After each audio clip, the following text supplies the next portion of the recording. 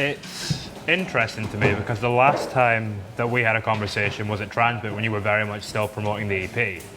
Now we're at the beginning of the debut album kind of campaign, and it feels like there's a bit of a different weight to it. How does it feel for you in a band? Does it feel like the band is in a different place now that you're kind of on the home straight towards the first record? Well, it was funny that the last time we spoke was that because we were like trying to be really coy about everything. So like, even as you were asking us questions, you're like, so what's the plan going forward? I remember you asking that and I was just like, well, we'll see what happens. Like I said, and it was all very like coy. Yeah. Whereas now, like it's like, it's kind of, there's two sides in my mind. It's a little bit anticlimactic just because it's such a big deal to us. So that when suddenly like, we're doing an album, it's like it's almost like, I guess it's a massive deal for us and hopefully it's a massive deal for other people as well. But it does feel like there's a dynamic shift, especially like it's lined up with being able to tour again.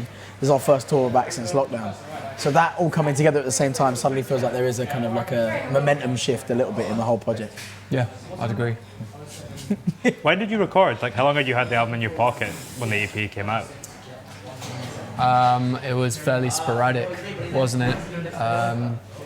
Working throughout a lockdown it turned out to be quite a difficult thing to do. So we kind of accumulated all the songs on the record over a fairly long period of time. Yeah, I think like we always imagined it being this kind of like go away to the countryside with one producer and make an album. But actually like the way it came about, which I actually think has ended up being a way more positive thing, is that we recorded, there's about 6 producers on the album, and like it came over a really long period of time. Because we were like worried at times, we were like, oh, is using multiple producers a problem? Yeah. Because is there going to be a consistency to the sound? Yeah, you want a cohesive sound, but we kind of realised that as soon as you put our vocals and Dan's guitar playing on a record, it sounds like us every time. It's got that kind of like the stamp, the identity of what we do in it. And actually like the overall theme of the album in a way, concept being about like community and celebrating the family that kind of like made it all possible. Yeah. The more the producers were on it, a record is bigger than just the band in so many ways. It's a celebration. We touched upon this last time too, the idea of community that you've managed to find in your music. Yeah. Absolutely. And the kind of world building aspect. That's I think like again, like we weren't able to talk about it last time properly, but it's like this is what we've always wanted to represent in our project. Yeah, and conceptually we've done that like even down to the album cover. This is a bit of a problem. Well, the album cover is kind of a patchwork of different squares from different people who've made them, and it's everyone who's worked on the album, from producers to the band itself to like kind of backline team to like people at the record label, and that kind of represents this kind of idea that we're trying to tell the world that our project is this kind of thing about community. It's the same with everything we do. Like when we like, I think it's a benefit of where we grew up. Like we've told you before about growing up in Kentish Town in North London, in Camden. It was this like hub of culture and mayhem, and it just meant that like there was like everyone, you had someone that could do everything, and therefore you kind of you'd naturally be like, I've got a mate who's an illustrator, let's get him to do an artwork. I've got a mate who's a producer, let's get him to produce some early stuff. You know what I mean? It was always about that, and I think even with doing a gig, we're here at King Tut's, so like the show, what you see is us 5 on stage having a good time, hopefully, if all goes to plan. But what we always want to celebrate, and what you never, I don't think it's spoken about enough, is the tour management, all the work that goes on behind the scenes. Our management are here today. Like I've got a guitar tech called Dan who like brings me my guitar. Like it's like an Aoife, our sound engineer, is incredible. It's like there's so many cogs. We could do the show, but the show will always be better with the wider team around us, which is why we've named the album Better With You, because it's for us giving back to the people that make our dreams a reality. And yeah, for sure. When you see it on stage or you see the record in its completed state, it's very much the tip of the iceberg in terms of the amount of people that have kind of gone into making it. Yeah, exactly. I feel like you kind of like, there's a very naturally, I don't think it's like natural that you'd only associate the artist with the album unless you were quite musical and you were interested in the producer and all that other stuff. But like, I think for us it was just really important to kind of showcase the wider world of what we do and everyone behind it, and that it is bigger than just this. Yeah. And also Better With You is also a reference to like, none of this exists without a fan base that have got us through a really horrible time. Yeah. So having this album that's kind of been bitsy bobsy tracks from here and there over like lockdown and after lockdown and before lockdown combined into this one body of work. It did just feel... It perfectly represents what a like, band is in many ways. The first single you released for the record, to Searching, I know that when you were writing it, you were very much kind of in the same emotional place. You were both coming out of relationships. How often when you're working together creatively do you feel like you're in a similar headspace and that kind of lines up in parallel?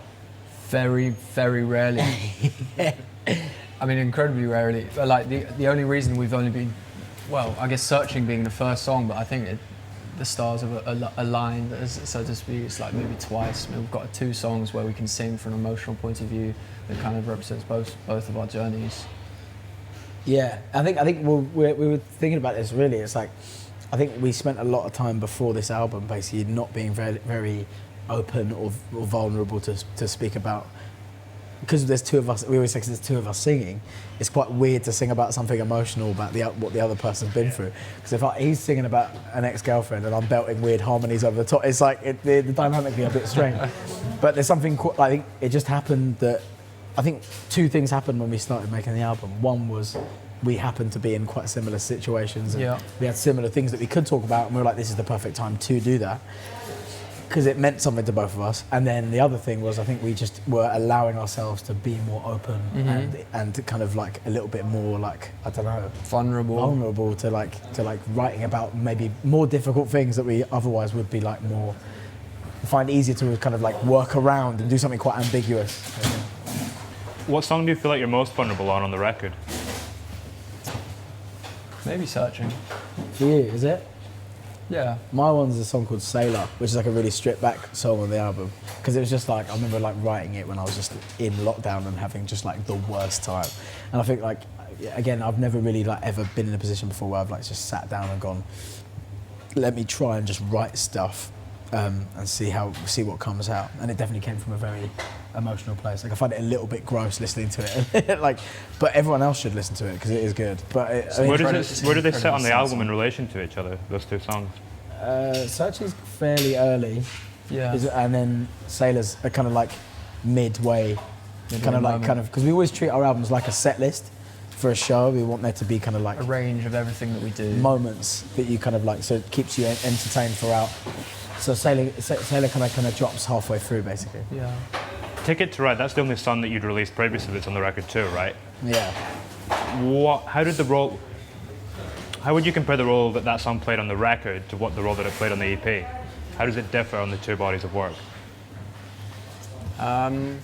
Well, because the album is made up of songs that we'd written even before we wrote Ticket to Ride. It's just it's a song that represents that moment in time.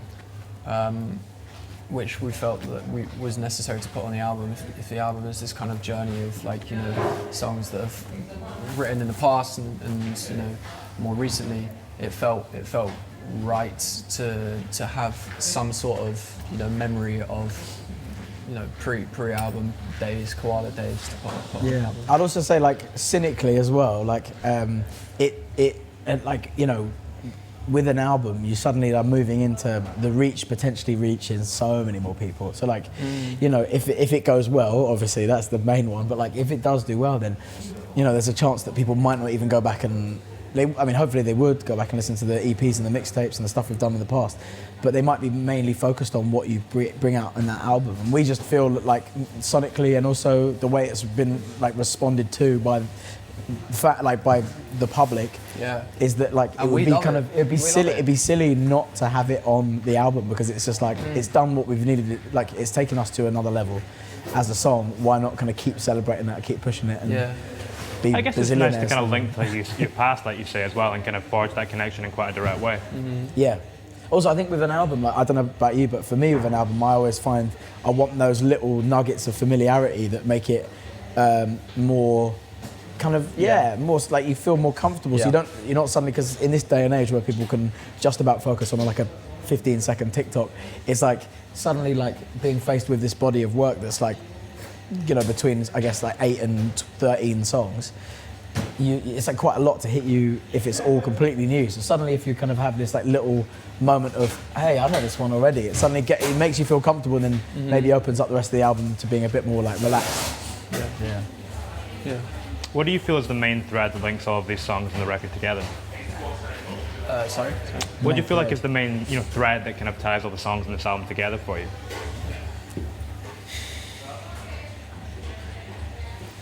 I mean, it's, I don't know.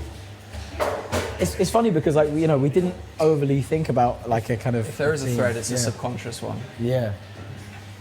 I think it's more like it's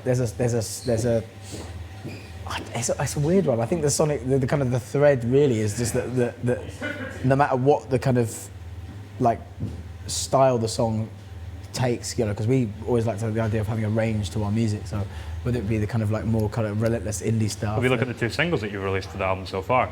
Pardon? If you look at the 2 singles you've released for the album so far. Complete opposites. Yeah. One is like this kind of almost like Drake-inspired like chill one, and the other one is this kind of like. I guess in the same way that we worked with lots of different producers on it, and some of the songs sound different to other songs. It kind of represents the different moments of time that we wrote these songs and put the album together. Yeah. Also, I think it's just. I mean, like. I guess the best thread that kind of ties it all together is that it's just like at the core of everything. It's like we tried to push ourselves like crazy to try and experiment with what we could do with our sound by doing like Good Like This that came out recently, which is again a bit more kind of like sexy and slow, whereas like we've never done that before. So we tried to challenge ourselves, but with the core being acoustic based with 2 vocals. And that is the thread really that kind of ties everything together while us trying to push it. Do you know what would be interesting to do? Is I'm sure there is a kind of linear journey if we put all the songs in order of when we wrote them, and the kind of like turmoil of emotion and the changes of emotion linking them back to the months of when we wrote them would probably kind of make us remember so much about our past few years. That's true. There you go, world exclusive. We're going to do a chronological album version at some point. And then everything will make sense. It'll all be clear and obvious. Thank you very much, guys. It was a cheers, pleasure. mate. Cheers. Thank you. Thank you.